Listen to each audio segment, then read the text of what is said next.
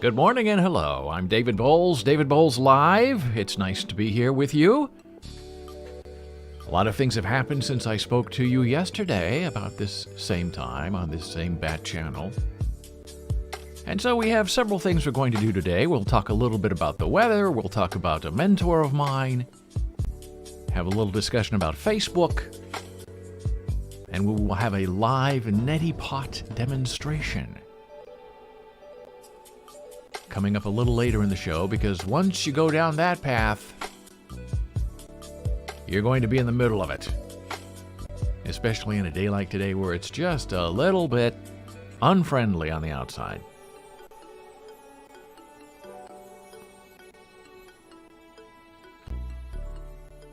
So as you know, a couple of weeks ago, I had jury duty. And we are still experimenting with our music. Now, this music is just a little bit soft. This is Pretzel Rocks music. And what I like about this is that it will give us little updates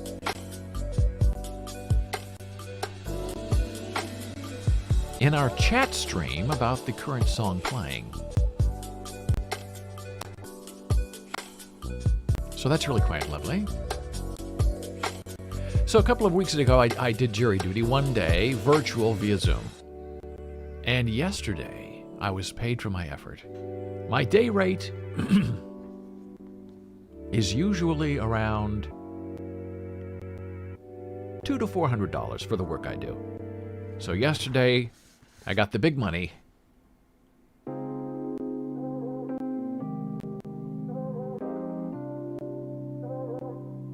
A massive $5 a day for jury duty. And then I think if you get on a case, a jury, and you're on for more than 5 days, or is it 7 days, then I think it bumps up to $40 a day. But if you're just doing voir dire and they want you to come in, show your face, $5. I don't even know what I'll do with the $5. I wish I didn't have to even bother to put it in the bank, but I'll do it via mobile and everything will be fine.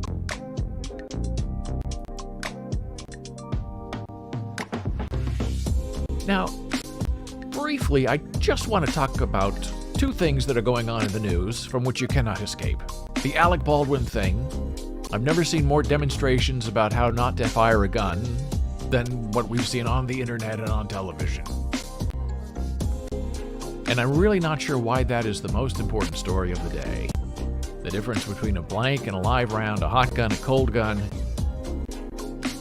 I don't know why we need to know that, except that it seems a little exploitative and it keeps the story going. And speaking of being exploitative and keeping the story going, have you noticed my bomber jacket today? It's the old DB logo. Quite a nice jacket. I got a little big size because I'm going to wear heavier clothes underneath it as the weather changes. So it might look a little loose on me. I just have a t-shirt on underneath. But boy, it's warm and toasty. Well made. Champion brand. Not a bad deal. If you're interested, go to bolesbooks.org/merch. Check out the old bomber jacket and some other cool things we have waiting for you there. So a hot gun, cold gun, okay. The other thing we can't seem to escape is this nonsense about Facebook. And it really is, to me, absolute and complete and utter nonsense. And full disclosure, transparency, I have a very lovely page on Facebook. It's verified, facebook.com/BOLES.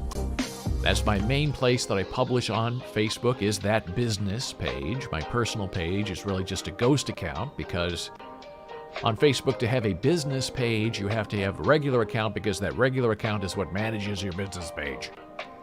So I have one page that doesn't really get any kind of attention whatsoever, a couple of friends. And then I have my business page that gets all of my attention and really has no friends, because you can't become a friend with a Facebook business page. You can only like a Facebook business page. Sorry for the coughing. This weather is killing me. I can't wait for my live neti pot demonstration. So we have Facebook and all these terrible things coming out about Facebook. Oh, it tracks you. Oh, it uses AI. Oh, it uses an algorithm. And all of this is being credited to this whistleblower. And maybe it's just the Midwest in me, but you look at the whistleblower, and your immediate reaction, my immediate reaction is, there is something wrong with her. And I know whistleblowers, in the right circumstance, you can get paid for blowing a whistle. And before she leaves the company, I guess she, as I understand it, collected bunches of internal documents. Did she steal them? Did she have the right to take them? I don't know, but what we do know is she has them and she's distributing them. And Congress is all aflutter. Oh my goodness, let's have her come in and testify. And she testifies, and you watch her, and your Midwestern gut evaluates her. And the first instinct that I had watching her perform was that she's a snitch. She has a snitch face. And that immediately, to me, discredits everything she has to say, because what she's saying is obvious. If you have any experience living a life, you know on social media you are being tracked, you are being manipulated. People are sharing things because they want to influence you, not because they want to entertain you. And if you have a problem with social media or Facebook tracking you or using an algorithm to define you or to take you a certain place, well, then you should have trouble with other things in your life. Your driver's license, your social security number, your tax information. They all track you. They all use algorithms to see if you're cheating. They use algorithms to see where you are. Sometimes GPS is used against you that's on your phone. But you don't see a lot of outrage about that. But Facebook, oh no, it's outrageous. And the reason this is only theater and virtual signaling is because Facebook owns the politicians. They own the national discussion. Oh, it's the wrong thing. Okay, it is the wrong thing, but it happened. And to Facebook's credit, they made it happen. And they're making money off of AI tracking people and having influence. And I think the politicians are going to be too scared to break up Facebook. Come on now. Nothing's going to happen to Facebook. This is the temporary outrage of the day that gets a lot of play because, like a blank versus a bullet, people are interested in it, and it makes the news. Now, is it fake news? Is it real news? Is it the truth? I don't know, but I do know that we are smarter than the news media and Congress gives us credit for. If you are disturbed by what Facebook is doing, you should also be very disturbed by what your bank is doing. Because your bank is using AI to figure out who you are, where you are logging in from.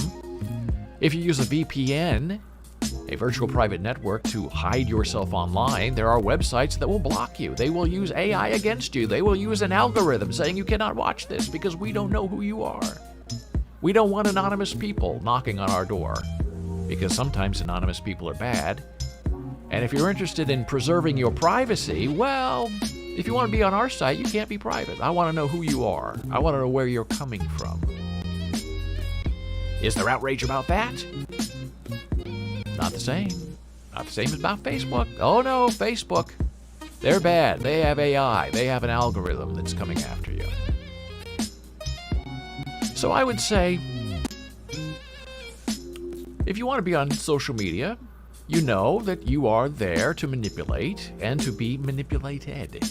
It's part of the game. We know it. We accept it. That's why we're okay with being on Facebook. Why millions and billions of people get on Facebook. And I don't think that Facebook can really change a discourse or change a person that doesn't already want to be changed. Facebook only is successful and only makes money because Facebook gives you what you want. Facebook makes it easy for you to find connections. And some people say that's a bad thing. Well, it's not presenting this side, that side. Well, what side do you want? A lot of people aren't really interested in what other people have to say. And that can be a sad thing, but it's your time, it's your life, it's your personal network, it's your social media. So, that's what I say about Facebook. Let it go. Don't give the whistleblower all this information and all this time and attention for what? Why are we rewarding a snitch? I don't get it. Now, I told you we are experiencing weird weather that is wreaking havoc on my throat and my sinuses. I'm not sick. It's not allergies. It's just high humidity and either low pressure or high pressure. It's one of the pressures. I don't know which one, but it's here. And I'm going to show it to you right now. As we now take a pause to go live to the weather cam, live from the bedroom. Oh, and it's raining too. Even more than it was. I've been working on this live view from the bedroom using my iPhone, looking out the window. That big building you see is the Path building. And the area kind of to the left of that is where you go into the Path. It's a plaza, sort of. That's why they call it Path Plaza. And you can see the cars moving. It's all very dramatic. And this live video is coming to you via video.ninja, Ninja. It's very slick. You can bring in a live camera into your live stream on YouTube and Twitch of whatever you want to bring in. And it does it all with a URL. It's amazing, wonderful technology. Now here's the thing. When I originally set up this live weather cam, you could see people walking. You could see the cars moving. You could see the sirens and flashing lights moving.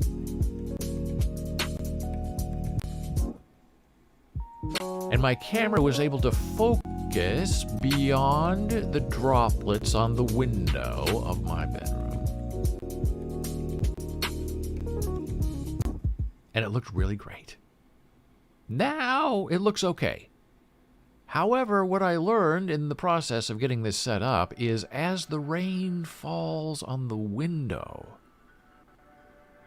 my iPhone reacts and refocuses the scene to the most active thing that's going on in the scene that the camera can sense, and that is a rain droplet on the window becomes the main focus, which is very fine. It's interesting. We can see raindrops on the window, but we can't really see the people that are getting rained on, which was more interesting to me. But that's our weather cam. We'll check in once in a while. It's supposed to have big nor'easter today, mainly, maybe a little bit tomorrow. People in the area are freaking out because only 2 months ago we had Hurricane Ida hit. And that was a mess. That locked things down for a couple of days with floods and high water levels.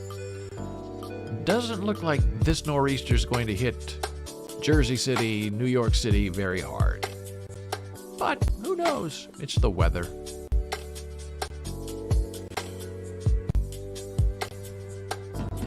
So now I'm going to show you something fun. I think it's fun. We'll go back to our main screen here. As you know, we are working very hard to make this live stream always interesting and always daring and fun. And the number one thing you want to do as a live streamer, I have learned from other people, is to get your chat going. You want people to join your stream, type things in chat, say hello. Well, you can't do that without followers and without finding people, and some of that can take a year and a half, 2 years, who knows how long it can take to get people to chat with you. So I often chat with myself, just to test everything. Hello world, so that's a test chat. It shows up, hello world. Lovely. Now, as you know, our music stream is Pretzel Rocks. And Pretzel Rocks, when a song changes, we get a new song, tells you who's singing the song. That puts it right in chat. I love that because it keeps the chat alive, as they say.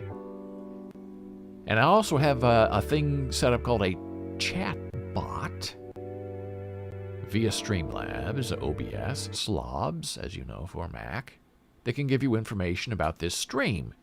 And here is a command. You type an exclamation point, and you type title, and you put that in chat. Oh, and nothing happened. Well, now that's interesting. Oh, there, it did work.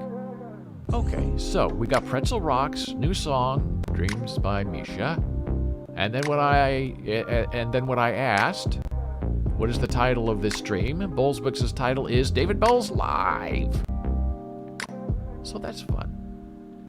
What are some other commands? One of them is supposed to be !song.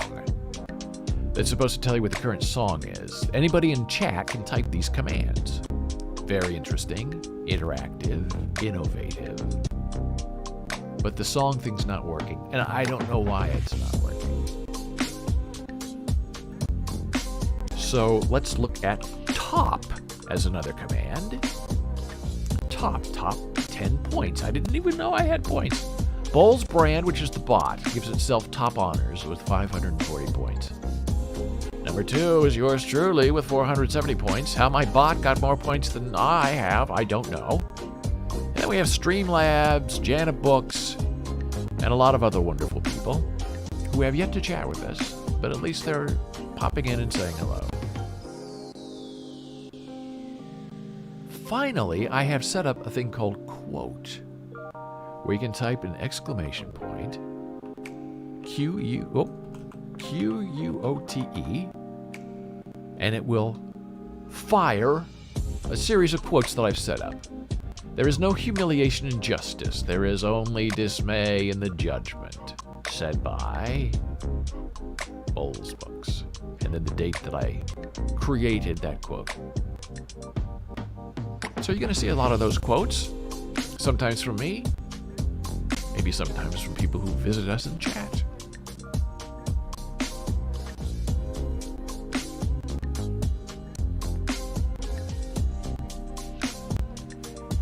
And that's the automatic bot that's saying, are you following us on Twitch? Thank you very much. I appreciate that help. Now for a moment, we're going to go back to our wonderful webcam weathercam. It looks like it's still fuzzy and rainy in the Journal Square area on Jersey City. So now I'm going to talk to you briefly about a former mentor of mine.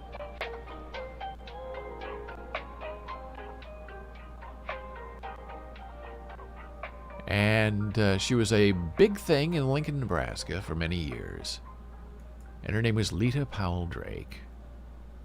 And you can see her. She's the blonde woman in the middle of that. That was the morning show that ran for many years. The man in the back is John Ludwig. Wonderful guy, great musician. I knew his son in high school. Wonderful guy. So Lita Powell Drake, for many years, was an icon in the great state of Nebraska. You could not escape her.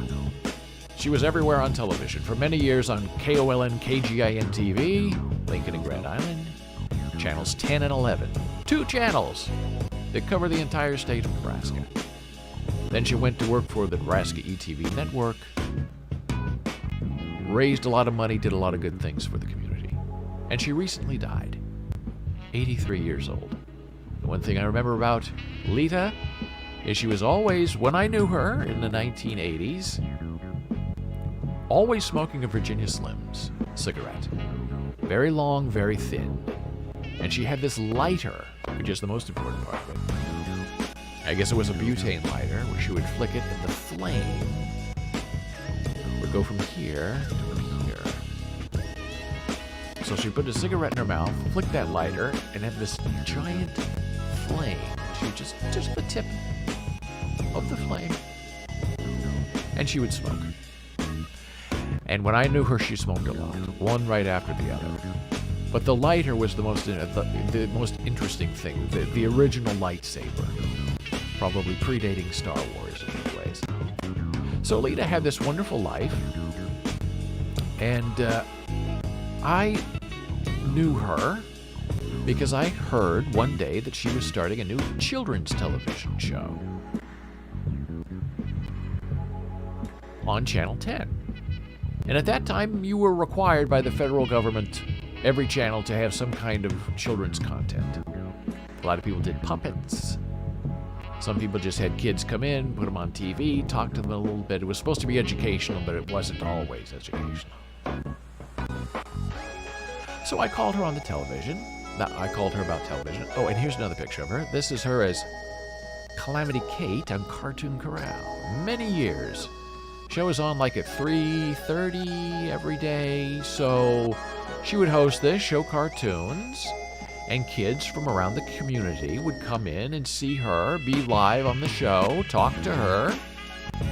And it was fun. It was innovative. It was interactive. I came from radio, and Lita always said, this is not radio. You must think visually. And so as I'm setting up this live stream, a lot of her advice still rings in my head. This is Lita as Calamity Kate again, an earlier iteration. See, these are all the kids. Sat on a bench, live in the studio in Lincoln, Nebraska. And that is the Hamburglar from McDonald's in the back row. And he was sometimes a guest on the show. And I think for a while, when the show was on, free cheeseburgers were given to the kids who appeared. So you'd love to go on Cartoon Corral, see Calamity Kate, get a sheriff's badge, and get a free cheeseburger from the Hamburglar. It was quite an experience. And now our music has stopped. Oh, now it's back. That's part of the streaming world. You never know where you're going to stop or where you're going to start again. So that is Lita. And I called her. I must have been 14 years old at the time. And I had written out a script to convince myself that what I was asking her made sense. And what I was asking her was to see if I could review movies for her every week. And I actually got her on the phone. And I was reading my prepared script, and she was an actress and a pro, and she knew that I was reading my script. And so she would say, yes, yes, go ahead, yes, okay, go ahead, come on, yes, yes, and I would like to review movies for you, yes, yes, okay. And then I finished my pitch, and she said, why don't you come in and talk to me? And I was thrilled. So I said, okay. So the next day or two, I went and talked to Lita, talked about reviewing movies for her, and she said, I think it's a great idea. It's a weekly show, Saturdays, I think it was 11 a.m. It was a live show. Or maybe it wasn't live. Maybe my part was taped. No, that's right. I think we taped and then it was live. But it felt live. And so it was no pay, free child labor, plus school. Great opportunity to be seen across the state of Nebraska as a young child. And that meant every week I had to go to the movies. Got in for free, though. Got a free movie pass. I would watch the movie, and I would go home, write up a little 3-minute review, rate the movie, and then on Saturdays I would go in and tape it. And so I did that for 2 or 3 years.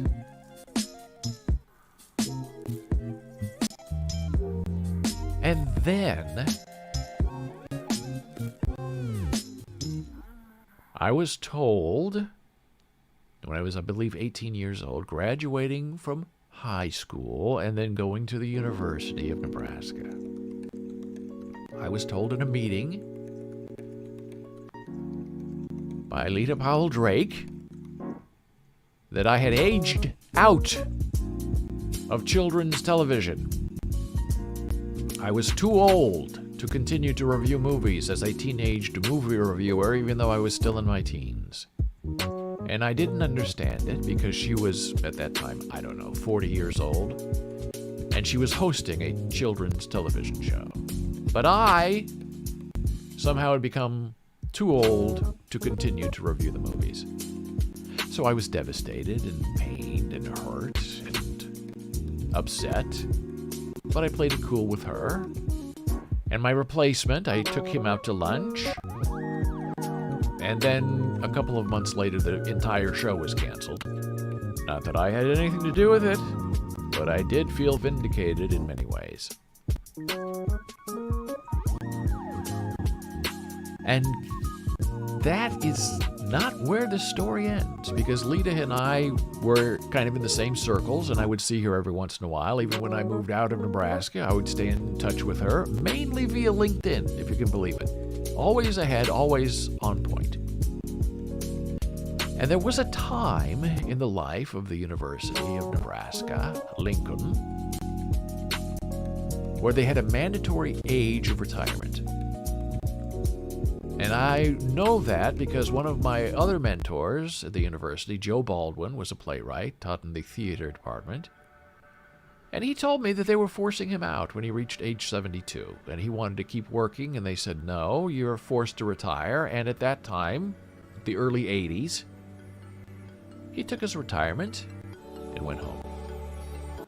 He was not happy about it. Now, is that age discrimination? We now know it is, yes, but at that time, I guess it was allowed. And so many years later, I was talking to Lita, and she told me that she was kind of in a similar situation, as I understand it, with Joe Baldwin, where one of the places she was working was saying you have to retire when you reach a certain age, you're out. And she was going to fight that. I don't know if it was in a complaint or in an official lawsuit or just quietly, but she was not one to ever go quietly. And I remember that conversation thinking how odd that is. That 30 years ago, 40 years ago, I was asked to leave a children's show as the teenage movie critic because I was too old. And then Lita Powell Drake, because she reaches a certain age, is told that she has to go. And she says, wait a minute, that isn't fair.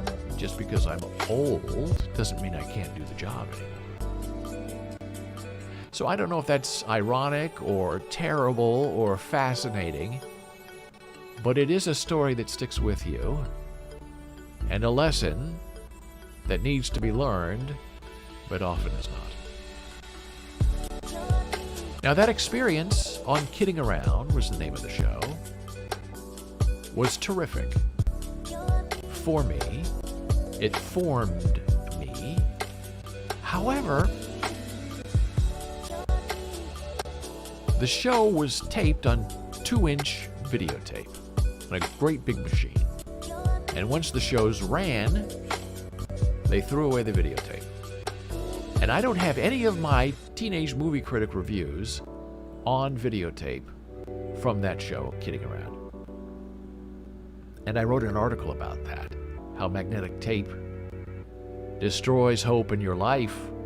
And here's some pictures of Lita on set and me looking young and sexy and probably a little bit too old. I believe that movie is Airplane that we're discussing.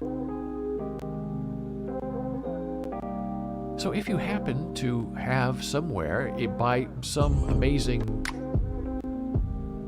way of saving things, a copy of one of the reviews I did on Kidding Around, please get in touch with me here in the live stream or find me at David Boles on Twitter. And it makes me very sad because it was a wonderful experience and I don't have any of the tapes.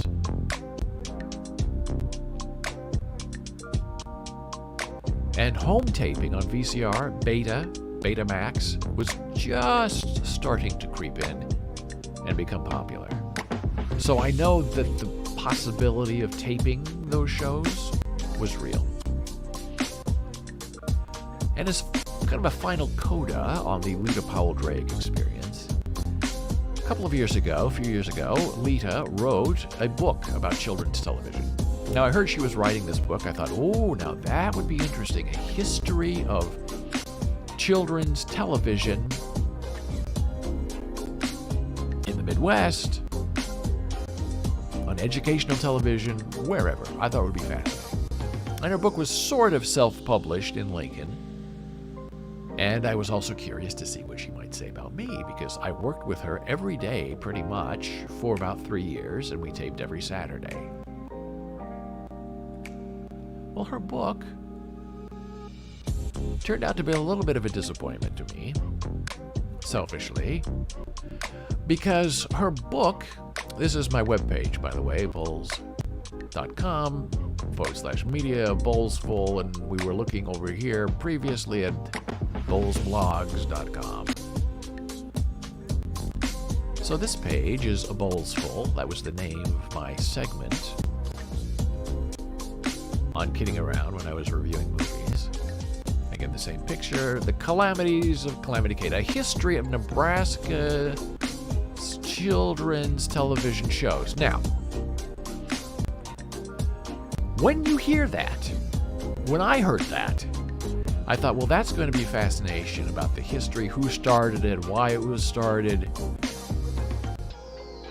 And that isn't really what the book was about. The book was about Lita Powell Drake, who happened to be on children's television. It was more her biography than a documentary of Nebraska's children's television shows. And she had told me about this book that she was writing, and I asked her about it. She said, oh, you're in the book. And I said, oh, that's great.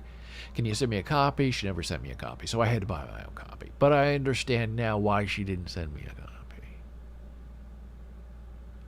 This is her little part about me.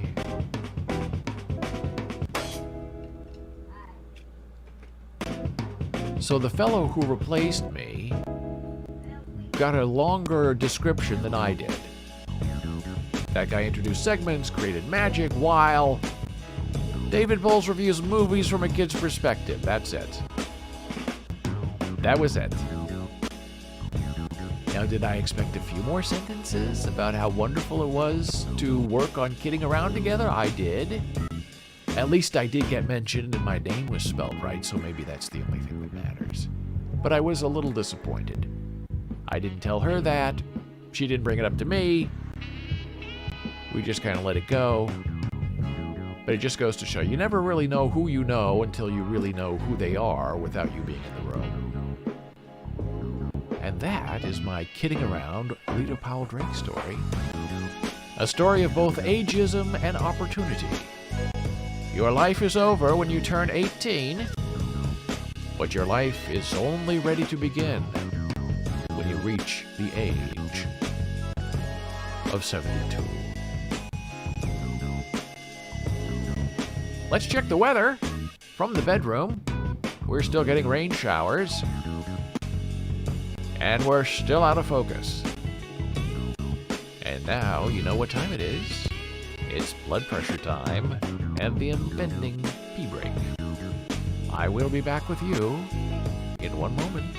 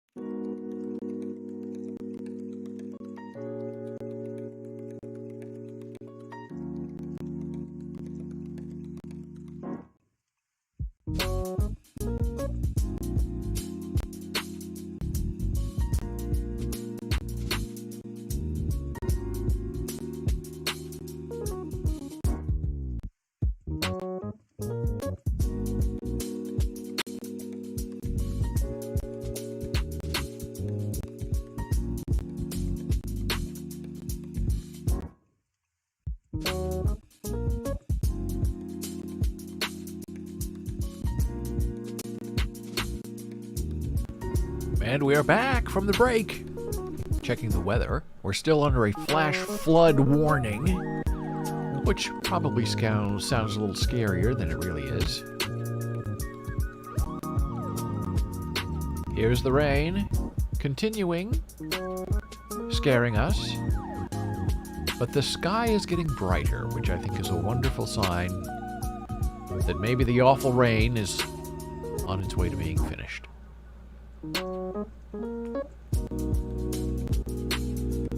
Now it's time to have a little bit of fun.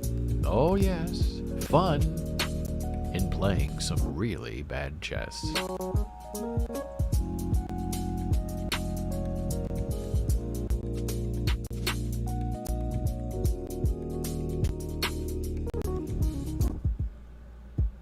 And today we're going to go to a new website that we haven't been to before, but that is very fun. And it's called Lichess.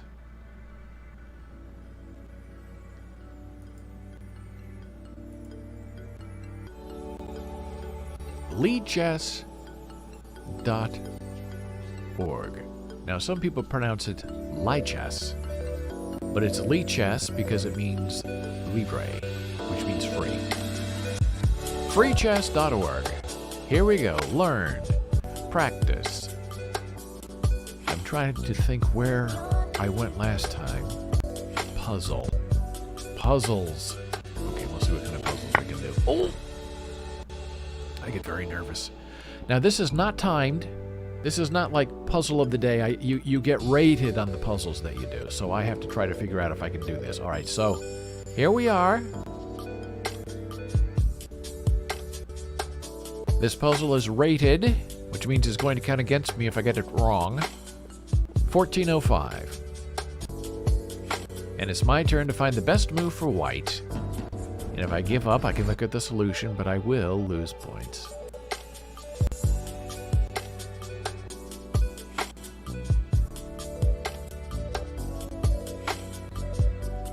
Sometimes it's one move, sometimes it's several moves. You never know until you get in the middle of it. And believe me, I'm in the middle of it.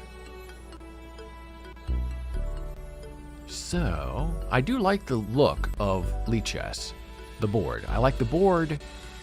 I like the pieces.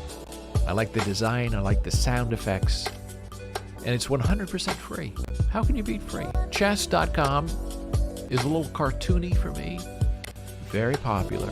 That's where a lot of the GMs play, but it's all for profit. Everything's an advertisement there. Lichess is all about the game and doing the right thing. So here we are. What do we have on the board? We have, and it's also much more fun to move things around on Lichess. So we have this rook, my rook, threatening the black queen. We have my queen here, threatening this rank. Not that she's going to move there now, because she'd be taken immediately. But the queens are close together. Means a lot of trouble's coming your way. I don't believe the pawns have anything to do with any of this. They're just kind of all sitting here. Puzzles really don't deal with pawns unless it's specifically a pawn puzzle, and they're like the only pieces that are on the board. So they're really just there to block things and tell you can't do that. And we have this rook here that protects this, and this queen also goes this way. And we have a bishop here that stretches this way and stretches that away. So black has a rook a queen, and a bishop. And 5 pawns. We have 4 pawns, and we have a rook, and we have a queen. So we're just a little bit behind, and we gotta figure out what our next move is, what our first move is, to try to defeat this.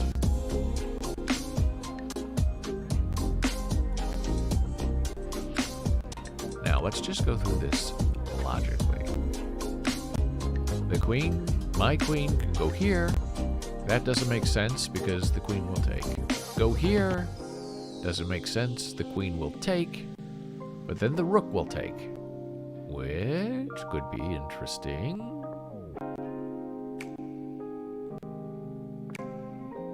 Maybe.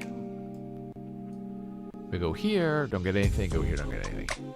Now, sometimes I like the queen to go backward. We go here, there's nothing happening. Take that, then you get taken by that pawn. That doesn't make any sense. Rook move could go this way to immediately put the king in check, which could be a fascination.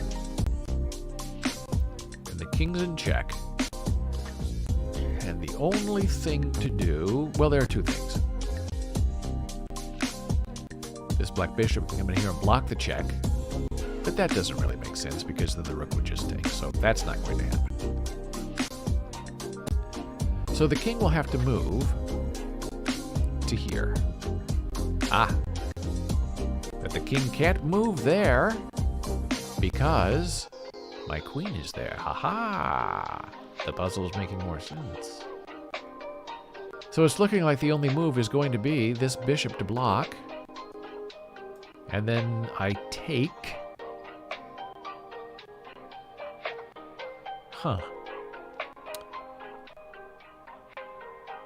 And then it's over. I may have solved this puzzle. This might be the first puzzle that I've solved in a week and a half of trying. And I only had to go to the free website to get it right. Now, yes, I'm feeling overconfident, and I'm not being timed, so there's no rush. In fact, I think I might need a quote for inspiration. One moment, please. Quote number 26. No is easy, yes is hard. I agree. Winning is easy. Losing is hard.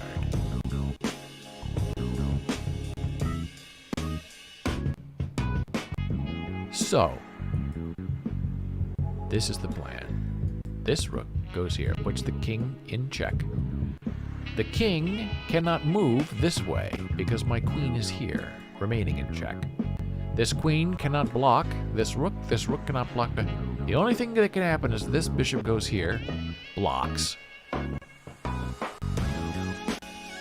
Then the rook takes. The king is back in check. And I believe it's puzzle over.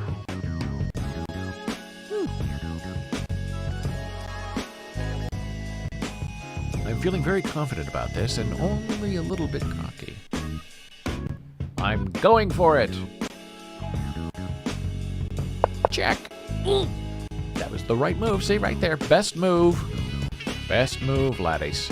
Best move. You always like to see that when you're working on a chess puzzle. Now, the rook takes, as we previously discussed. Cross your fingers. And we win the game. Yes.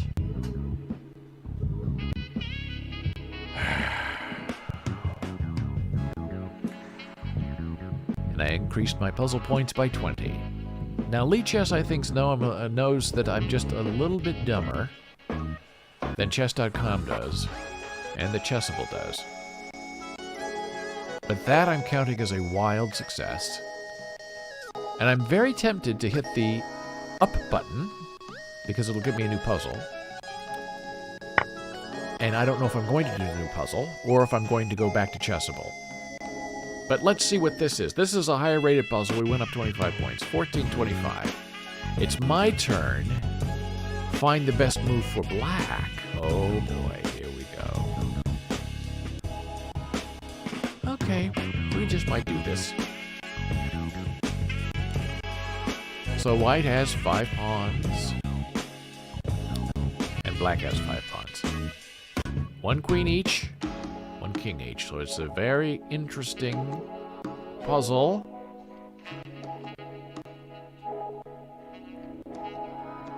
And I'm black. I always forget I'm black. Okay, so the queen just moved there to protect the king.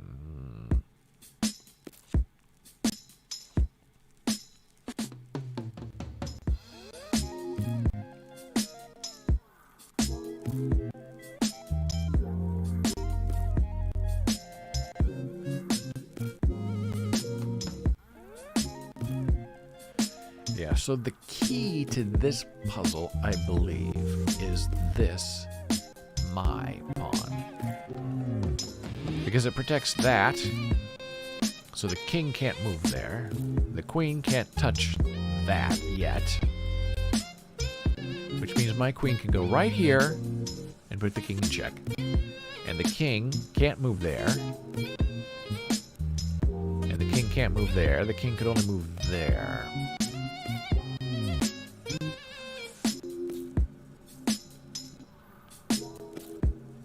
Then my queen could move there. It's a very interesting puzzle.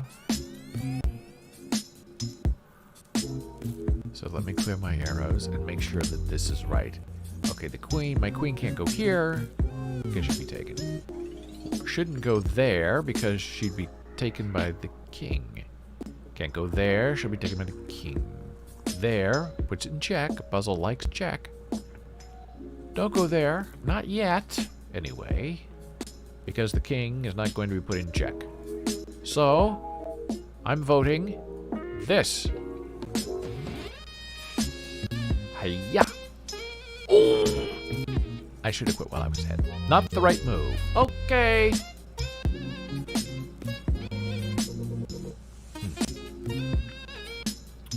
And I went down 24 points. I gained 20 points.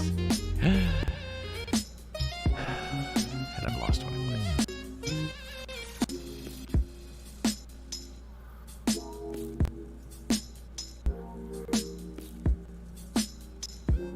Now you could move the pawn up 1.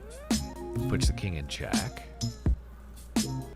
But then the king just moves right there. Does that make any sense? I don't believe it does. Well, the king can't move there because the queen's there. Alright, so that's the move. Alright, so it's the pawn move. Okay. Alright, so we made the right move. Now the king is running away. Which tells me I should probably keep pushing this pawn, which I'm going to do. And it was the right answer. But I already lost 24 points. And see, this puzzle isn't finished. It's almost finished because the next move I make will get me a queen by moving to this rank. But the puzzle doesn't need to tell me that because the puzzle already knows that's what I'm going to do. I'm not playing another puzzle. I'm going back to Chessable to take my daily beating.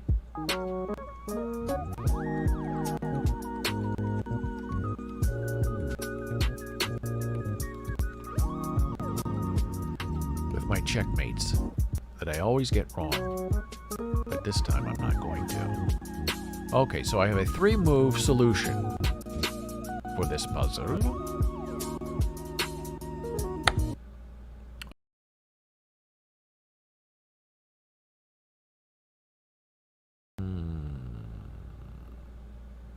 This is not going to be good. Okay, so what am I? White? And I lost my music. White to play. Oh, I get all nervous with this. White to play. White here. The knight. No. The knight. No.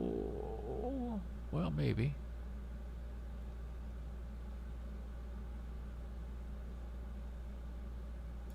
Oh, I'm running out of time.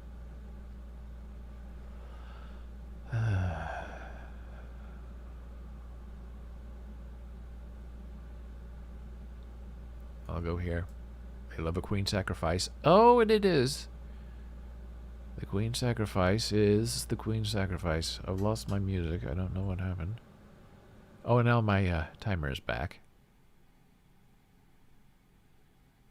Okay, so I did make the right move. It loves a queen sacrifice. Now, I believe this knight takes this rook. No, that's not going to work, because then the king will just take it. If I go here, it goes this way.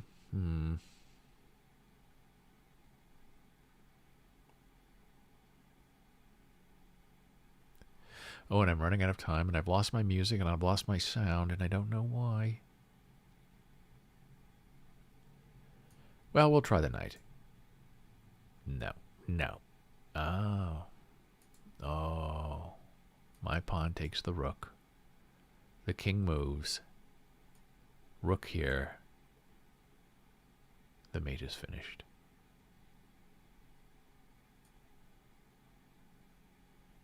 So, 3 moves, 66%. Not great.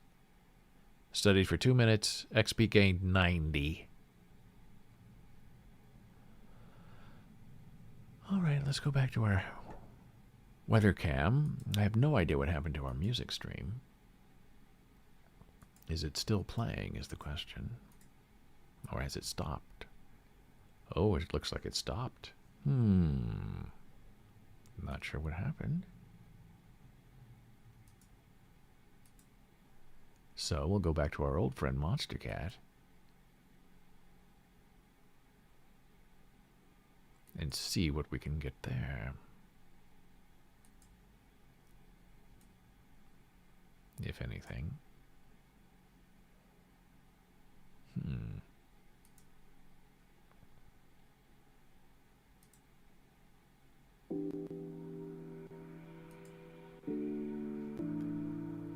All right, music's back.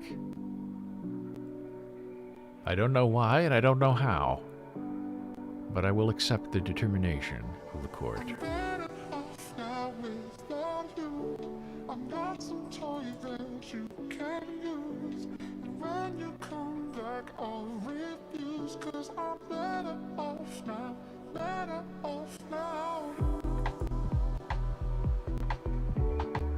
So we'll play some Monster Cat.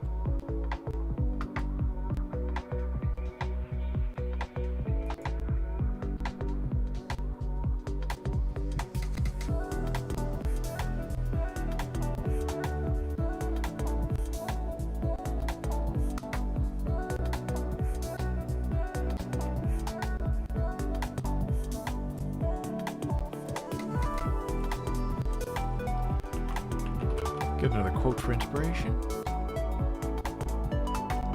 Your life belongs only in your hands. Now that's the truth.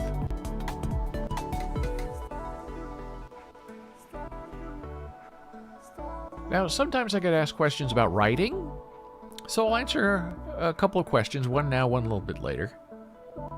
The question I get a lot of times is, should I join a writer's group? Writer's discussion board.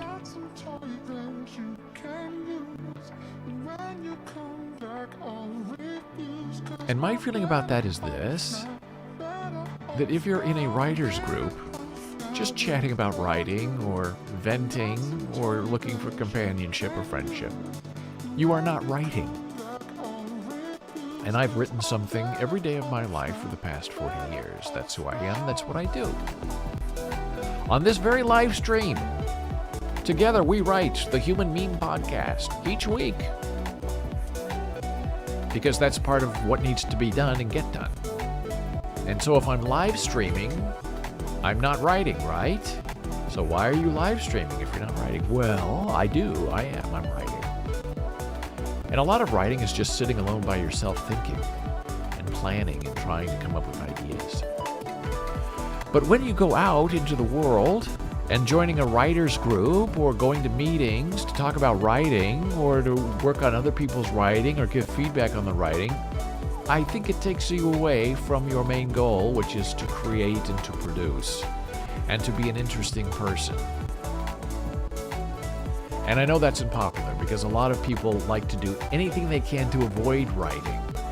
But every serious writer I know, amateur or professional, they spend their time and they carve out time in their day to be selfish, to be alone, and to write. Now, I find a lot of people who want to call themselves a writer to say they have written, but they are not writing. They like to find distractions like writers' groups and going on trips and reading other people's work and giving feedback on it. It's all fine if that's what your thing is, but for me, you only have a certain amount of time during the day to decide what you're going to do with your life.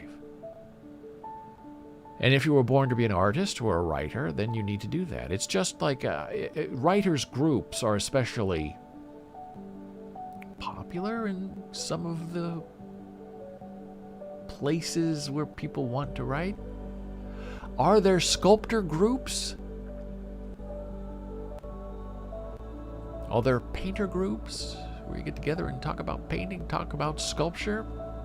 I don't think so. I think those people who create art are creating their art in every spare moment of time they have. And writers, I think, because they think they are sometimes intellectually or aesthetically superior to other art forms. Some writers feel that way. I do not feel that way. Like to sit around and talk about the ideas of writing and philosophy and word choice and adaptation and what it means. And that's fine. You can chat about it, but just don't spend a lot of time on it. And it becomes dangerous, I find, when people who have great talent spend more of their time in these groups than they do sitting home alone writing something. And the life of a writer is not one of community or social interaction. The life of a writer is one of isolation, loneliness, and lonesomeness. And that causes a problem if you're dating, or if you have a family, or if you have friends, because you have to tell them, and you need to know that they are on your side, that I can't meet with you today, or tomorrow, or maybe for the next couple of weeks, because I'm writing. I have a personal deadline that I've set, that I need to set to get this done. And the problem with that is people get angry with you, and they hold it against you. And they say, how dare you? You're my friend. You're my husband. You're my family member. How can you say you can't get together with me? And I say very frankly and very simply, well, it's because there are things that have to get done. But you're not doing anything. It doesn't matter. You have to set a deadline, or it's not going to get finished. Nothing ever gets finished. And once you set a deadline, you stick with the deadline. And that's one thing the live theater taught me. You have opening night on this day and at this time. And on every single production, about a week, 2 or 3 days before the production opens, you're going to hear some people say, and some of them are professional people, they will say, we cannot go on. The show must go on, but not with us. We have to postpone. We have to delay by a day or two.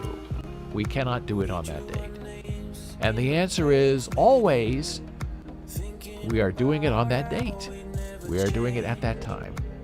And magically, when you make that firm decision not to give in to isolation and fear, it all comes together. And sometimes you have to stay up for 24 hours, 2 days before you open to get the show right, to get it working, because it has to be done, because people are counting on you, and that's why you have a deadline. Never postpone an opening night. Never postpone a writing assignment. And writers have a really terrible reputation in the publishing industry for not hitting their deadlines. So if you want to become a professional writer, be reliable. Keep your word. Meet every deadline, even a day or two early. Now, too early and they think you're not earning your money. So if you finish fast and you write fast and you're efficient like me, sometimes it's best to hold on to it for a day or two, reread it, and then hand it in a little bit early. But if you do it too early, your editors think, oh, you're not working hard enough. You should be re-revising this before you hand it in. Okay, so play the game, hand it in when it's due. And when you become reliable in hitting your deadlines and and not postponing and not asking for more time and not changing the day and the time of your opening night, you will find success. Your success is in your reliability. And now, my friend, it's time to take one more small break, and we're going to come back, talk a little bit about modems and Toshiba and other fun things. Be right back.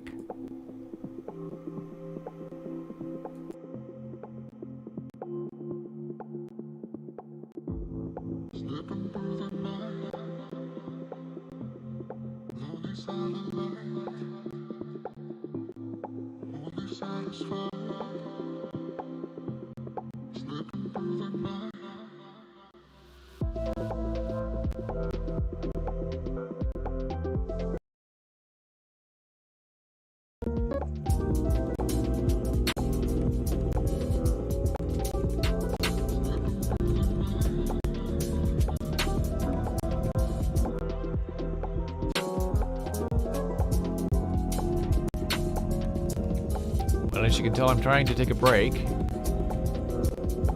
But we are getting 2 streams of music, and I don't know why. Oh, that's interesting. Because Pretzel Rocks is completely offline that I can see. It's playing, but it's not playing here for me. And I don't know why. I don't know how to stop it.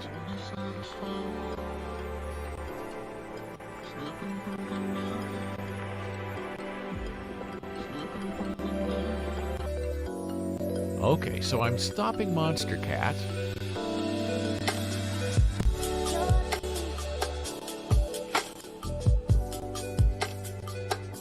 And Pretzel Rocks is now playing, and I can't... it's a blank screen that I'm seeing. I can't adjust the sound in any way, shape, or form.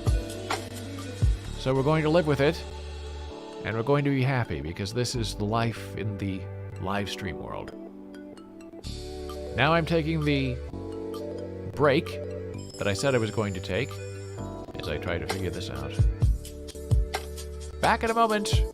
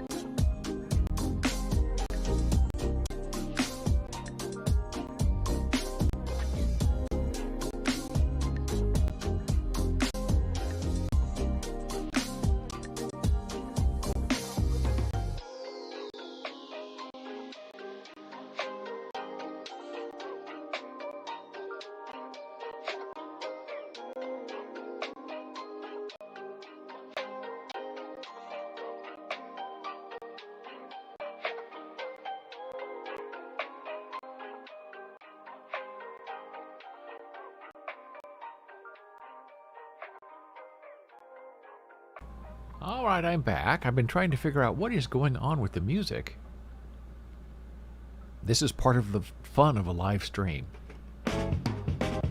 And somehow Pretzel Rocks got popped out into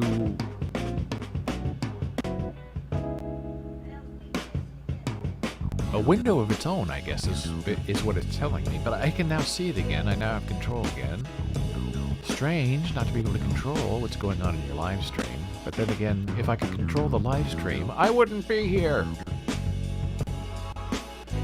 So Monster Cat has now saved us 2 days in a row. We had 2 streams playing at the same time, which was very bizarre. And on my Mac, I was getting sound out of the speakers, which is very bizarre, because it should give me feedback while I'm talking to you. But it wasn't giving me feedback, but I knew the sound wasn't right, so I turned off that sound. Went back to Black Hole and multi-output device, and so far things seem okay. I think it's time for another inspirational quote.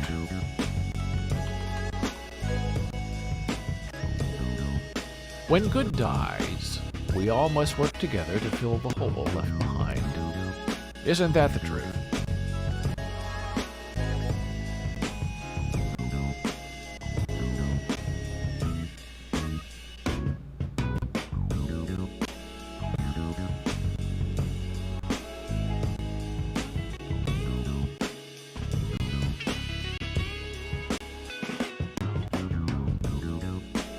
The weather is worsening.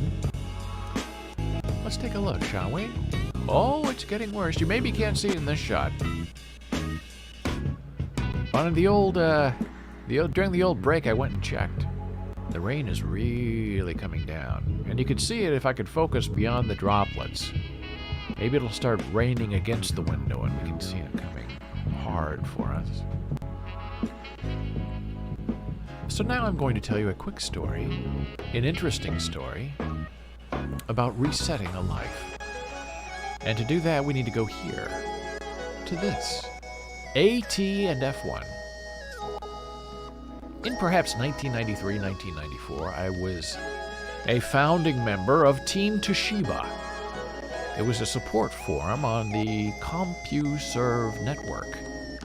And again, this was not a paid position, but we were given some perks, not free machines, but a trip to California. I guess that was pretty much it. And some of us purchased badges that had our CompuServe ID on it. I have it somewhere. I'll find it one day and share it with you. And in the forum, we all had special sections where we would go and provide support. And I was the guy who ran modems and communication. Now this is 1994, 1995.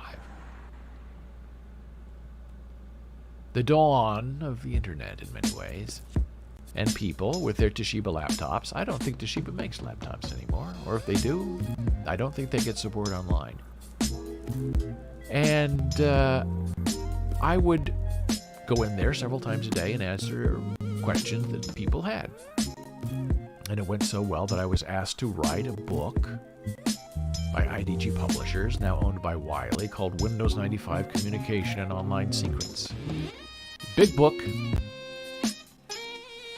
Good reviews, published several languages. And the one thing I learned in that forum, because I was not really a technical guy, I was learning to become a technical guy, and by 1996 I was fully online with about 4 different websites. But people had problems with their modems. Really through no fault of their own, it was just the technology at the time. Slow rates, I think the fastest was like 28 kbs. This is pre-DSL and line binding and a penny per minute. A lot of it was dial-up through CompuServe, later through AOL. And one of the main things I learned to help people fix their modem problems was to have them go into the settings of their internal Toshiba modem and type the following: AT and F1. And technically that's called a modem string. And AT means attention,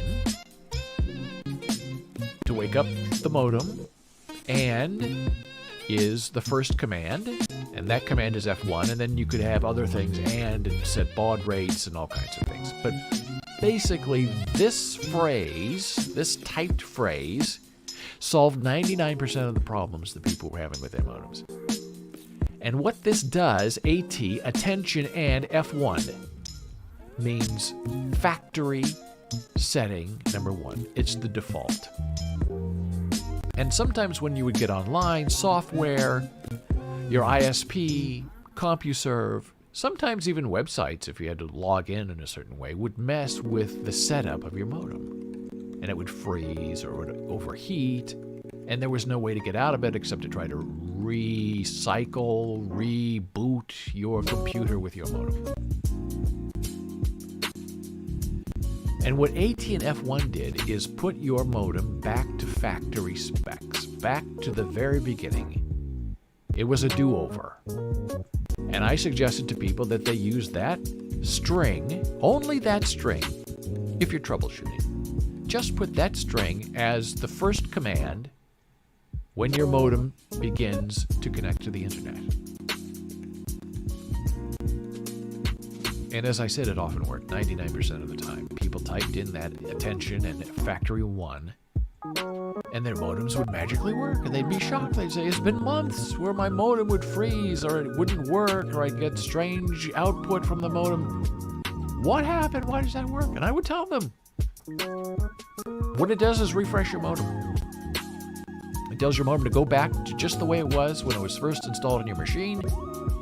Attention and factory 1. And people would be able to log in, and they were very happy. And I was happy, because it made my life much easier. Because sometimes people had trouble with their modems. Installation, you slide them into the computer sometimes. And most communication problems, which also included in my section, web browsing, Netscape issues, and even those weren't Toshiba things. Those are things that we had to try to solve together as team of volunteers, Team Toshiba. But AT and F1 was something that worked on any modem that was ever made at that time. Attention and F1.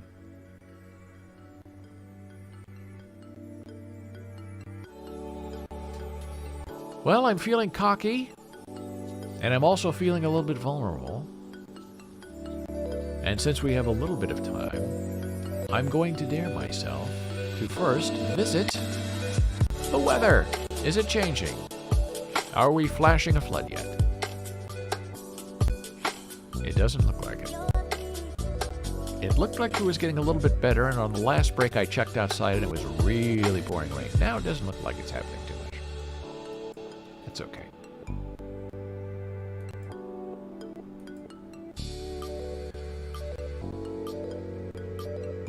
So now it's time to go back to our old nemesis, because we cannot give up.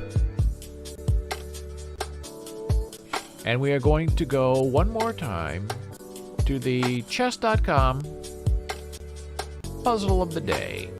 And today is the 26th, so we go to 26. This is the new puzzle. Black to move. What is our hint? Fateful alignment. Ooh, now alignment to me, as a chess amateur and a chess know-nothing, means it has to do with bishops. Because you don't really align a rook, I don't think. I would align my bishops. But then again, what do I know? I don't do well on these puzzles. So, black to move. I have to figure out who's hunting me. Look at the board, figure it out. Here are my bishops.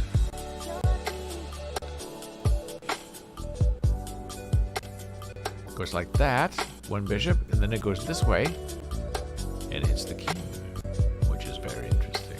I have another bishop aligning that can go all the way over here and hit the queen. But if I did that, the queen would just take me. But the king would probably move, which I sort of like. I also have a knight here that could go here. Sort of interesting. Hits the queen.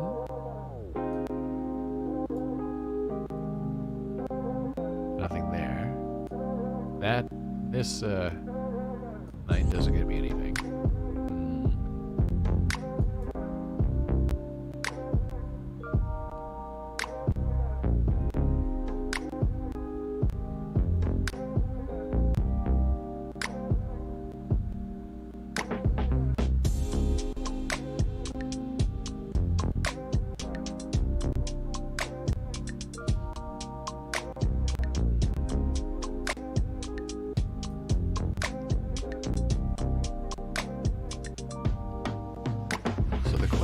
Do I make this move? No. Do I make this move here to put pressure on the queen? No, because the king would just take. I think the move is going to be the bishop here, checking the king.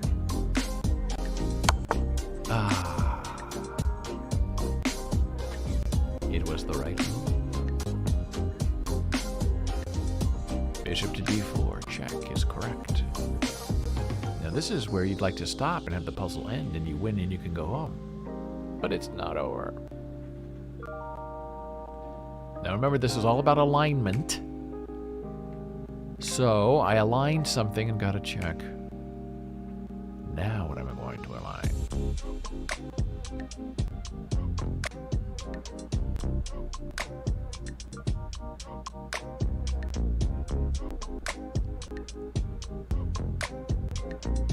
Now see, with that check, this bishop is threatening that bishop, but my queen protects, so I'm okay.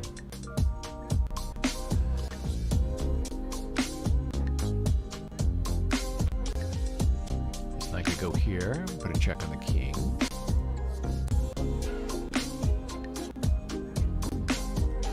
This knight could go here, putting a check on the king, which is actually kind of interesting because you also then fork the rook, which looks very, very tasty. But what is the danger? What can, if I go here, if this knight goes here, whoops, we're practicing. Okay, this knight goes here to check the king and to fork the rook. And the queen! Ooh, that's a good move. What can take? What is the danger? There's nothing. There's no danger. Ooh. Boy, oh boy. Look out.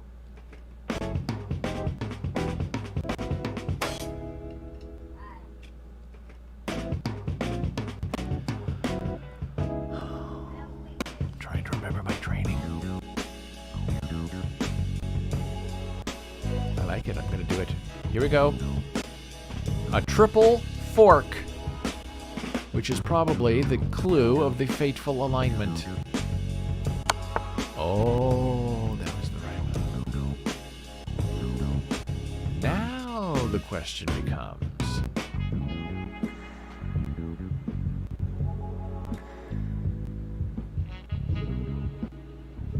do you want to take the queen or the rook? See, go here. Here, this reset. This knight goes. This knight goes here. Or here. Now those are interesting, those are fun. But this is a puzzle. So they don't like interesting or fun. They like you to put the king in jeopardy. Which makes me think that there's another move that I should be making somewhere. Because they really like it when you put the king in check. So... does my queen go here? No. That doesn't get me anything. That puts my queen in danger. So is it a knight move? No, this knight is not going anywhere. Is it a bishop move? I don't think so. No, I think we have to take the queen. I'm just going to do it. Oh, it was the right answer. Oh my goodness. Oh. And this is puzzle of the day, so I can't be tempted to do another puzzle and lose points because there's only one puzzle. Now I could go back to yesterday and the day before, but I'm not going to. I'm going to bask in the delight of my success. How's the weather? Oh, it's still raining. Time for another quote.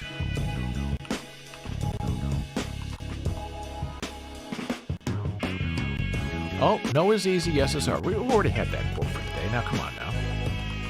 Please, another one. Oh, quote is on cooldown for 2 seconds. Well, I like that. I set up my bot to not allow spamming of my chat by me. Okay, so quote number 1. The strong are saying nothing until they see. Said by Robert Frost. Love that. Well, I love it that my quote bot told me to be quiet. Tells me everything's working just the way it's supposed to be working. And I need to behave a little bit better. So we played some lovely chess. Now I'm going to answer another question that I get about writing a lot. And that is this question. Do I need an agent and where do I get an agent? Most young writers and even actors, directors, they all want to get an agent, especially writers. We'll concentrate on writers because actors do sort of need an agent. But does a writer need an agent? Unless you're super successful, you don't need an agent. And if you are super successful, why do you need an agent? I know a lot of writers who make a lot of money and who are very successful who do not have an agent. Because an agent, especially in writing, plays, television, books, TV, only want to take you on if you can make money for them. They are not into career development. They're into making money, which is fine.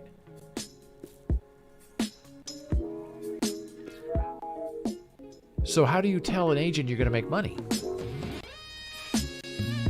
Because you, as the writer, have a contract in hand. Now, if you have a contract that pays you money, why do you have to go to an agent? An agent is not going to get you any more money or get you any better perks, especially if you're new. Because the agent's going to say, take the money and run. And they want to take your money and run. And take 10% of that project for the rest of your life and for the rest of the life of the project.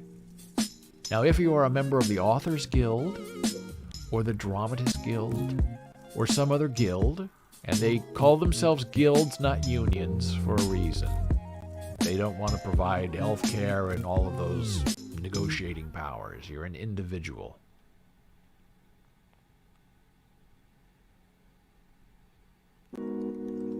And these guilds, Authors Guild, Dramatists Guild, the other guilds, will review your contract for you for the price of membership. And membership can either be free or $100 or $50 or really whatever you have. You tell them how much you make, they tell you how much you have to pay.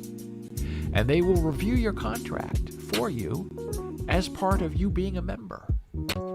And if you reach a certain amount of payout or a Broadway contract, then the guild, Dramatist Guild, takes a little bit of money off of that, but it's like 2% is nothing for the work they do.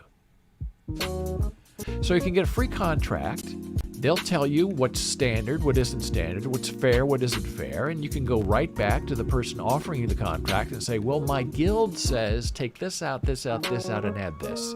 And they're going to have a hard time arguing with the Authors Guild or arguing with the Dramatist Guild. They won't do it. Now, if you have an agent who's a good agent and a powerful agent, that agent can call up and say, we're not signing this contract, take this out, put that in, and you get it. But you're paying 10%. So let's say your contract is worth $10,000. Your agent's going to take 10% of that. And some agents try to take 15%. Some agents try to charge you a reading fee or a fee to consider you. Never pay a fee to an agent. An agent works for you. An agent makes money for you. You do not give money to the agent. And if you're signing a contract and you have an agent representative, the person who is paying you pays your agent. You don't take the money and then pay your agent. Some people try to do that, but the agent will never go for that because the agent wants to be embedded in the contract. It's a separate entity to be paid on their own. Now, some people have close relationships with their agents, and their agents go out and sell them and get them money, but usually it's the writer who does all the work. So you have this $10,000 contract. You decide you want an agent, and you lure them in with the promise of this contract. And that doesn't mean anything, because the next project, the agent can say no, and representation is flimsy. You don't really sign a contract with an agent saying you'll represent me for the next 5 years, and you wouldn't want that anyway. You want someone who's going to be proactive and put you first. And really, the only person who's going to put you first in anything is you. So instead of going case by case with an agency and paying them 10% of your $10,000, which would be $1,000, that's a lot of money. I instead suggest that you get a lawyer.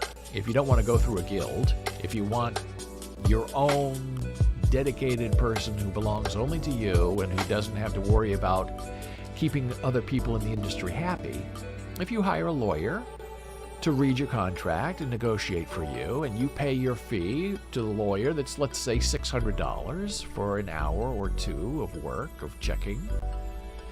A lawyer doesn't really negotiate, although a lawyer can negotiate for you. Then you're paying $600, and you're making a $400 profit. And that's it. If the show becomes successful and runs, or the book sells more copies, you're not paying out 10% for the rest of your life to an agent. You're keeping the money. It's your annuity. You paid your attorney.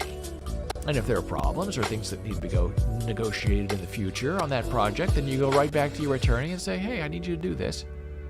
And the attorney does it and works for an hour or two, and you keep all of your money, and you pay the lawyer what needs to be paid. So that's my advice on getting an agent. I don't know really any authors, writers in my life who have benefited from having an agent. It appears that way. It's set up that way. But in the reality of the world of business entertainment, having an attorney that you pay to be on your side is much more valuable than paying out 10% in perpetuity to an agent. And with that said, it's still raining in Jersey City, as you can see by our weather cam. And now we're going to take our final break. And we're going to come right back and do a live and in-person neti pot demonstration. I was going to say experiment, but I don't think that's the right word. It's going to be a demonstration. And it's probably going to be messy and a little bit gross. But hey, it's David Boles Live. What else would you expect? Back in one moment.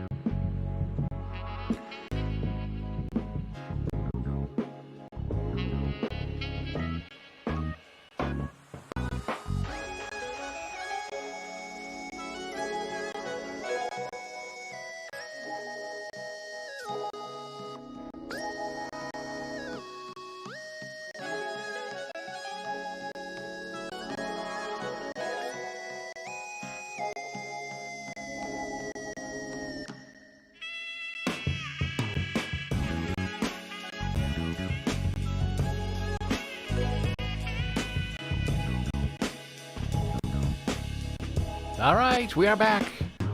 Thank you for joining us here on David Boles Live. As now we're getting ready to do something entirely different, and maybe a little bit dumb. But if we weren't having a good time, and if we weren't just a little dumb, then it wouldn't be David Boles Live. Here's our weather cam. The sky is still lightening, but I checked the downfall. I guess it's not a downfall, although it does feel like a downfall. It's more of a downpour. And it's coming down harder than it looks right now. So now we're going to do our live neti pot demonstration. And I'm doing this because I'm very passionate, and it's a wonderful day to do a neti pot. What is a neti pot? A neti pot is a cleaning of your sinuses. So if you have allergies, a neti pot is going to help you immensely. I do a neti pot the first thing when I wake up and at night. I do it twice a day. Some people do it once a day. I do it twice a day. And especially in the age of COVID, doing a neti pot can only help you and never hurt you, because you're cleaning out your nose, sinuses. And when you have a COVID test, not the rapid test, but the other test, the PCR test, the swab goes right up your nose, right? Swirls around, comes out, touching your brain, some people say. And they do that because that's where the COVID is in your nose. They don't do a throat culture. They do a nose culture. Don't do an ear culture, nose culture. So the idea of a neti pot is to wash out your sinuses, and it makes you feel good, and it makes you feel very alert. Now, if you are a swimmer, or I should say if you are not a swimmer, and you are not used to getting water up your nose, a neti pot is going to be a challenging experience for you, but it's worth fighting through it. And you would normally do this in the shower or over a sink. I'm going to do my experiment into a cooking pot because it's easier, it's live, I have a microphone, so all of my experiment is going to go into this pot where normally it would be going into a kitchen sink. Now, when you do a neti pot, you're going to blow your nose a lot because there's a lot of stuff in your nose that you don't know is there. And it comes out as snot. So you need a lot of tissues. Neti pots have been around for hundreds of years. This is a traditional looking neti pot. It's ceramic. It's small. This is what most people use when you see it demonstrated online or photographs. This is a traditional neti pot. It works just fine. And what you do, there's nothing in this. You put it on your nose, you bend over, and the water in here, comes out here. So you're draining all that terrible stuff that's in your nose. Now, I'm an advanced neti pot user. I like tradition. My wife prefers this as her neti pot. I, however, use this. And you can see I've already filled it up. I don't fill it up all the way because it's too big. It's too much water for what I'm doing. So half of this will go in one nostril and half of this will go in the other nostril. And what this is it's a squeeze.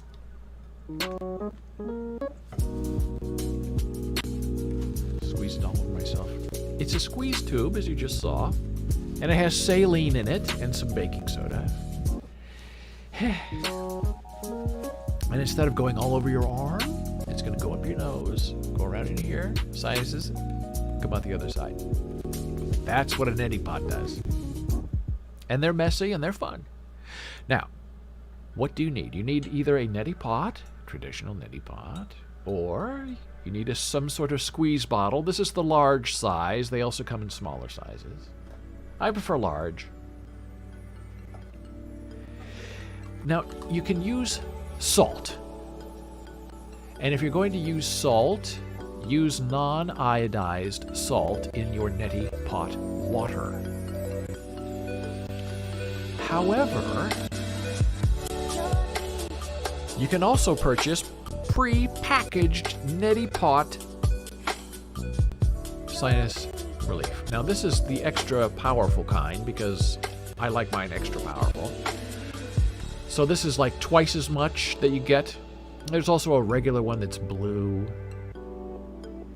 I like a lot of stuff in my neti pot, but I'm used to it, so you may not be. You can't go wrong. It's pre-measured. You tear it open. I put it in this, and then I add my water. Now, the water is not water. You never use, and even though I did for many years because I didn't know any better, you never use tap water. You never use water from your home in your neti pot because that water is not clean. And there have been instances of people putting regular water up their nose to rinse their sinuses, to take care of their allergies, to feel better, to get rid of COVID, to get rid of an oncoming cold. And there are parasites in regular water. They can get up there and get in your sinuses and get in your brain and eat your brain. Now, I don't know if that's true or not, but I have read it several different places. Never use stream water, pool water, Arctic water, salt water from a lake. Don't use any of that. Use instead distilled water. This happens to be from Poland Spring. Any brand will do, just as long as it says distilled. Distilled water, as I understand it, is created by boiling it, and the steam comes out, almost like moonshine, and goes into another container, and all of the minerals and things are left behind that don't go up your nose. So this is pure water. They use this for the thing you put on your nose so you can breathe at night, nebulizers, distilled water. Now, is distilled water the same as regular water? Yes and no. Here we go. Watch. I'm going to drink a little bit.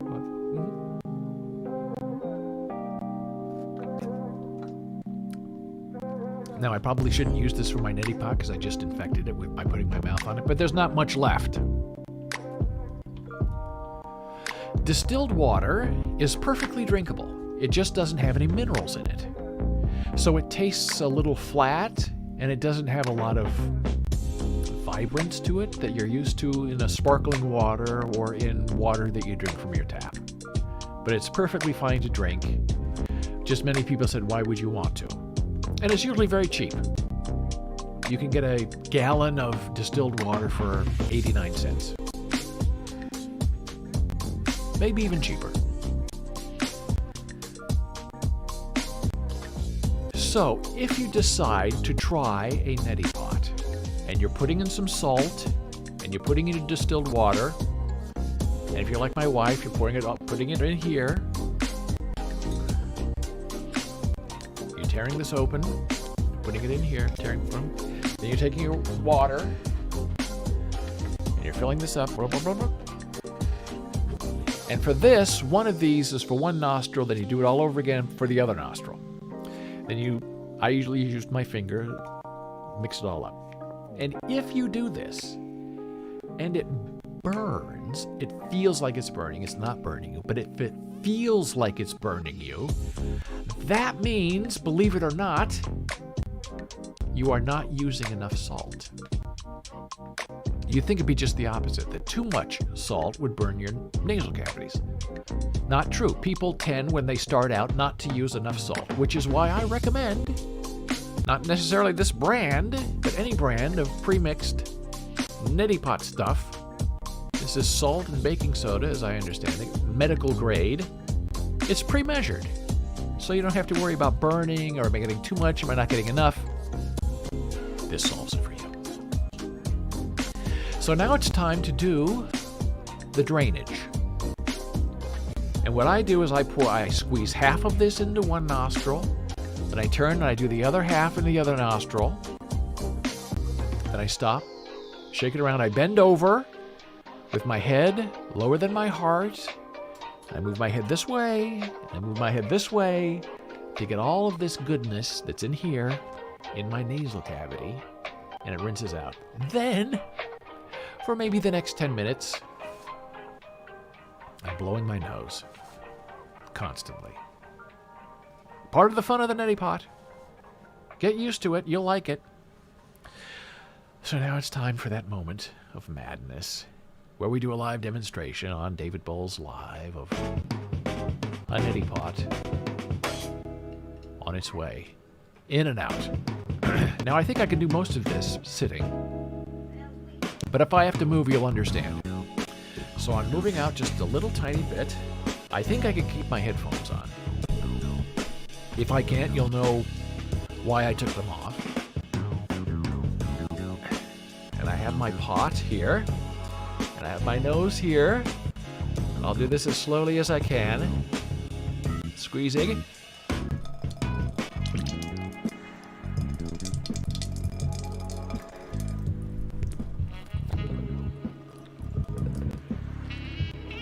Only some of it ran down my shirt. It's part of it.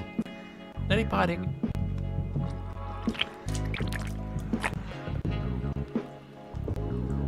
Okay.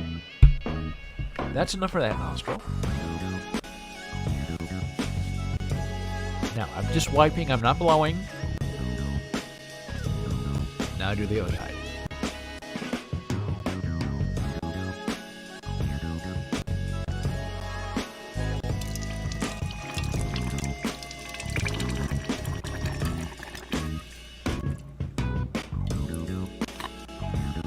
Okay, absolutely delightful.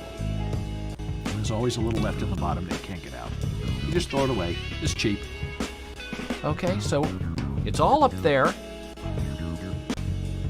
I'm not blowing my nose yet. I'm just blotting away the water. So all that salty goodness, baking soda, distilled water, is coming up my nose. Now I need to flip over. I'll show you that. Head below. Yes, like this. Up. Head down like this. Okay. Shake your head back and forth with the water. Flip around. Haven't blown my nose yet. The water's still coming out. You can see it going over the floor. Shake your head back and forth. Water coming out. It's okay. It's part of it. Then you stand up. I'll go back to seating. And yes, there's water droplets all over the floor, but it's distilled water with baking soda and salt. So it's a cleaning agent. You just wipe it up, or if you're like me, you just rub it around on the kitchen floor with the bottom of your shoe and hope that it dries before your wife, Jana Marie, sees it. Okay, so I'm still blotting. I haven't blown my nose yet. Now, I feel strong and alive. It wakes you up if you've been sleeping. Now I'm going to blow my nose very gently and away from the microphone so I don't gross you out. Ah. It feels lovely. And as you can see, in our 5-minute neti pot experience, we've only used about 500 Kleenex. I do go through a lot of tissue. So this is the morning session, and we'll do this again at night. And I already did one. You can do a neti pot all day long if you'd like to. Now in cold places, where they like neti pots, they actually fill up like a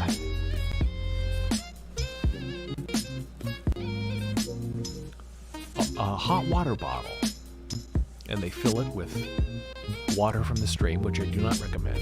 They tilt it upside down, they put on a tube, they put it right on their nose, and that freezing cold water goes up and down and out. They do the other side, up and down and out. Don't do that. Be safe. Distilled water with a little mix and you're going to be fine. And if you do that a couple of times a day, I do not believe you will get sick. Now, maybe COVID, who knows? But like a regular head cold, you won't get sick. Or at least I haven't been sick for many, many years. But if you do get sick, or if you feel something coming on that makes you feel not good, a neti pot goes in there and cleans all of this out for you. It's really absolutely delightful. I'm going to blow my nose again, and this is going to go on for the next half hour, which is why we did this toward the end of our live stream.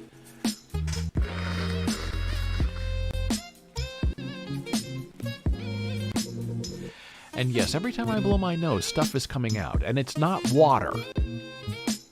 It's the snotty stuff. Throw it on the floor. Now, I do have to warn you that because your nasal cavities can become inflamed if you're not doing a neti pot, and they have crevices and turns and angles, that sometimes you'll notice when you bend over quickly during the day that your neti pot water may drip out of your nose. Or you may turn your head to the side and bend over a little bit to pick up something from the floor, and you'll have a little coming out of your nose. And normally people don't notice it, or if they do, they don't say anything. But it's only 2 or 3 drops. I kind of enjoy it because it usually comes out like 3 or 4 hours later after you've done the neti pot, and it comes out and it's very hot because it's been inside your head at 98.6 degrees. And you know, well, that's interesting. That's been in my nose all this time in my sinuses, and now it's draining. So I obviously had a little maybe inflammation that has gone down because that's been in there swirling around in my head all day while I've been on the train and teaching. And now it's coming out on the floor of my office. It's okay. It's neti pot.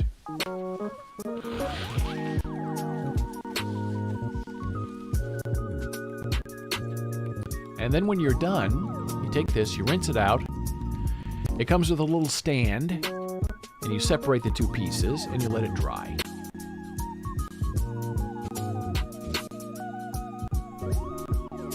So now, as we reflect on what we've talked about some ageism today. We've talked about Lito Powell Drake. We've talked about Facebook and what a snitch looks like. We've talked about getting lawyers. We've dribbled a lot of neti pot stuff on us today, right? This is part of it. That's the legend of the neti pot right there.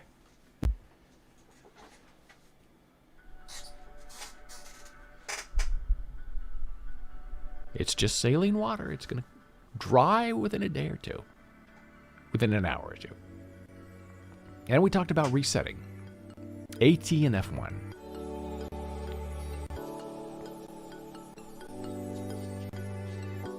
And as we reflect on who we are and who we want to be and what we become and what we wish to become, we begin to wonder, is there an AT and F1 that we can invoke and employ to reset our lives? And I believe that every new day, every new moment, every new raindrop, every new bit of neti pot that comes out of your nose is an opportunity to do good by forgiving yourself and allowing yourself a restart, to go back to factory 1 settings. And factory reset doesn't mean that you're forgetting your experiences or that you're devaluing what you've learned. You're just saying, no, what happened yesterday happened yesterday. If it's bad, you have a new day. And if it's good, then you have to continue the goodness into the next day. Every day is a reset. Every day is attention and factory 1. Because it gives you an opportunity to see who you are, where you've been, and where you hope to go tomorrow. And every day is a fresh start. Every day is forgiven. And when I say forgiven, we're not just talking about other people, but you need to learn to forgive yourself. We all make mistakes. We all make fatal errors from which we think we can never recover. And before we get into that kind of thinking, just remember, you can wash it all away twice a day using your neti pot. You can also theoretically and systematically reset yourself. With AT and F1, invoked in the spirit of renewal and the spirit of forgiveness of who you are and who you hope to be. Well, it's been a very exciting day. I thank you so much for your time and your attention. I hope to hear from you and chat one day. Join us. I also hope, well, let's send another quote. Let's see if the bot will allow me to say hello to you one last time. Quote, "The sorrow within us is the joy seeping from us." It's a nice quote to end the day. It's a quote I believe I wrote in one of my podcasts. And so we end as we begin, with forgiveness and renewal and finding a new path forward. We are now in the second day of our second week of live streaming, and every day has been an adventure. And if you have anything to say, if you don't want to do it in live chat, I urge you to go to Twitter and find me at David Boles. Send me a little note, DM, a tweet, give some feedback. Let me know what you're thinking. I'm always open to new ideas and new thoughts and new ways of thinking. I thank you for your time, and I will see you again soon. Be well.